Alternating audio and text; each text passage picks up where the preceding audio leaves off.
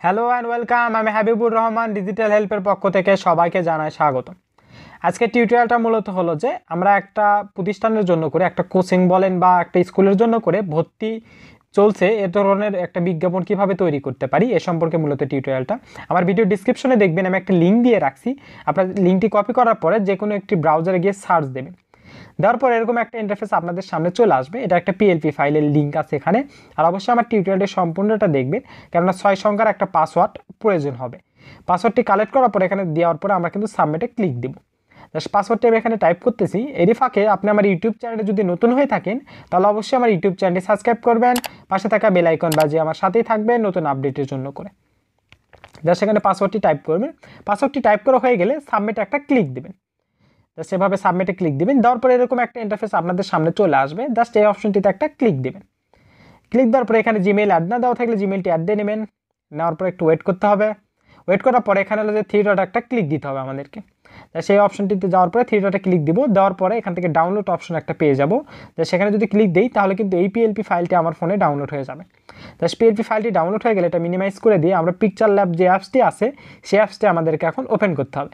Picture ল্যাবটি open করার পরে এখানে আমাদের হলো যে সাইডে থ্রি ডট একটা ক্লিক দিতে হবে। এই যে উপরে সাইডে থ্রি ডট আছে, জাস্ট সেখানে একটা ক্লিক দিব। ক্লিক দেওয়ার পরে ওপেন ডট পিএলপি ফাইল লেখা আছে দেখবেন, জাস্ট সেখানে একটা ক্লিক দিতে হবে। জাস্ট ক্লিক দেওয়ার পর এখান থেকে ডট পিএলপি লেখা আছে দেখবেন, জাস্ট সেখানে একটা ক্লিক দেবেন।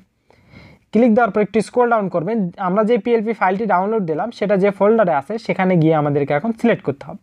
জাস্ট সেই ফাইলটি সিলেক্ট করব। সিলেক্ট করার পরে ওপেন অ্যান্ড অ্যাড একটা ক্লিক দিব আমরা। জাস্ট ওপেন অ্যান্ড অ্যাড এভাবে ক্লিক দিবেন, দেওয়ার পর এটা কেটে দেবেন। তারপর দেখেন এরকম একটা ইন্টারফেস আপনাদের সামনে চলে আসবে। এটা আমাদের মূল থিমটি। আর এখানে আমি প্রত্যেকটাতে লক দিয়ে রাখছি, আপনারা যেটা চেঞ্জ করবেন সেটাতে লকটি তুলে দেওয়ার পরে কিন্তু অটোমেটিক চেঞ্জ করতে পারবেন। এখানে আমি অনেকগুলো পয়েন্ট দিয়ে রাখছি, অবশ্যই লকগুলো তুলে দেওয়ার পরে আপনি যদি কোনো পয়েন্ট অ্যাড দিতে চান সেটা অ্যাড দিতে পারেন, বা কোনো পয়েন্ট বাদ দিতে চাইলে সেটা বাদ দিতে পারেন। দেখেন এটা নামটা লকটি তুলে দেওয়ার পরে কিন্তু আমি নামটা চেঞ্জ করতে পারবো অনায়াসে।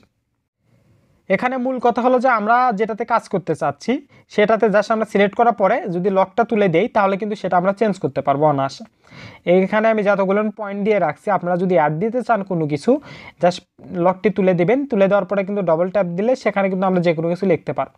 আর যে ফন্টগুলো আমি ব্যবহার করছি প্রত্যেকটা ফন্টের ডিফল্টভাবে দেওয়াই থাকবে। জাস্ট পিএলপি ফাইলটি ডাউনলোড দেওয়ার পর আপনারা লেখাটা চেঞ্জ করলে সেই ফন্টে কিন্তু অটোমেটিক এখানে নিয়ে নেবে, কোনো সমস্যা নেই। জিঙ্কা দেখেন এইটার যদি লকটা আমরা তুলে দিই, লকটা তুলে দেওয়ার পর এখানে কিন্তু আমরা যে কোনো কিছু টাইপ করতে পারবো, কোনো সমস্যা নেই। এখানে কিন্তু অ্যাড দিতে চাইলে অ্যাডও দিতে পারবো, বাদ দিতে চাইলে বাদও দিতে পারবো, কোনো সমস্যা হবে না এখানে। আর এখানে অ্যাড্রেসটা যেটা আছে সেটা ক্ষেত্রে একই অপশন। জাস্ট লকটি যদি তুলে দেন তাহলে কিন্তু এটা কাজ করতে পারবেন, কোনো সমস্যা নেই। মানে মূল কথা হলো যে লকটি তুলে দেবেন, দেওয়ার পর আপনি কিন্তু চেঞ্জ করে নিয়ে আপনি একান্ত ব্যক্তিগতভাবে এটা ব্যবহার করতে পারবেন। আর থিমের কালারটা যদি চেঞ্জ করতে চান জাস্ট ব্যাকগ্রাউন্ডটি সিলেক্ট করবেন, করার পর এখান থেকে কালার অপশনটিতে যাবেন। এই যে কালার অপশন, জাস্ট কালার অপশনটিতে যাওয়ার পরে এটা ইনেবল করা দেওয়াই থাকবে। জাস্ট সেখান থেকে কালারটা চেঞ্জ করে নেবেন। আপনার যে কালারটি পছন্দ হবে বা আপনার মনে যে কালারটি ধরবে আপনি কিন্তু সেটা কালারটা এখান থেকে চুজ করে নিতে পারেন। তাহলে কিন্তু আমাদের টোটাল যে থিমটি আছে সেটা কিন্তু চেঞ্জ হয়ে যাবে। আর আমি যে কালারটি রাখছি আপনারা চাইলে সেই কালারেও রাখতে পারেন, কোনো সমস্যা নেই। জাস্ট প্লাস আইকনে ক্লিক দিব, দেওয়ার পরে শেপ নিব। এটা আরও অনেক সুন্দর করার জন্য করে আর কি, আরেকটু সুন্দর করার জন্য শেপ নেবেন। নেওয়ার পরে এই অপশনটি একটু 0% করে দেবেন। জাস্ট 0% করে দেওয়ার পরে এই যে অপশনটি আছে এটা জাস্ট একটু আমাদেরকে বাড়াই দিতে হবে। জাস্ট এভাবে একটু বাড়াই দিবেন। বাড়াই দেওয়ার পরে আমরা এটার কালারটা চেঞ্জ করে নিতে পারেন যদি আপনার প্রয়োজন মনে করেন আপনি। জাস্ট এটা এভাবে চতুর্দিক দিয়ে দেবেন। এরই ফাঁকে আপনি আমার ফেসবুক পেজে যদি নতুন হয়ে থাকেন তাহলে অবশ্যই আমার ফেসবুক পেজটি ফলো দেবেন, লাইক দেবেন এবং এই পোস্টে শেয়ার করতে ভুলবেন না। যে কালারটি পছন্দ আপনি কালারটা দেওয়া হয়ে গেলে আমাদের টোটালটা কাজটা কিন্তু মোটামুটি কমপ্লিট হয়ে যাবে। এখানে আর কোনো কিছু নাই। আর এখান থেকে শালটাল যেগুলো আছে সেগুলো যদি আপনি চেঞ্জ করতে চান জাস্ট হলো যে ডবল ট্যাপ ক্লিক দেবেন, দেওয়ার পরে কিন্তু এগুলো আমরা হলো যে লকটি তুলে দেওয়ার পরে কিন্তু আমরা কাজ করতে পারবো, কোনো সমস্যা নেই। শালটাল যে কোনো লেখা এখান থেকে কিন্তু চেঞ্জ করতে পারবেন, কোনো সমস্যা নেই। ফ্রন্টের ধন্য করে কোনো টেনশন করতে হবে না, ফ্রন্টগুলো আমি ডিফল্টভাবে দিয়ে রাখবো। এখান থেকে জাস্ট লেখাগুলো চেঞ্জ করলে হয়ে যাবে। সেভ দেওয়ার জন্য করে সেভ বাটনে ক্লিক দেওয়ার পরে সেভ অ্যাজ এ ইমেজ একটা ক্লিক দেবেন। দেওয়ার পর এখান থেকে সাইজটা আমি আমার কাজের সুবিধার্থে দিয়ে রাখছি, আপনারা জাস্ট কাস্টমে একটা ক্লিক দেবেন। কাস্টমে ক্লিক দেওয়ার পর এখান থেকে ভেরি হাই যে কোয়ালিটি আছে সেই কোয়ালিটিতে একটা ক্লিক দেবেন।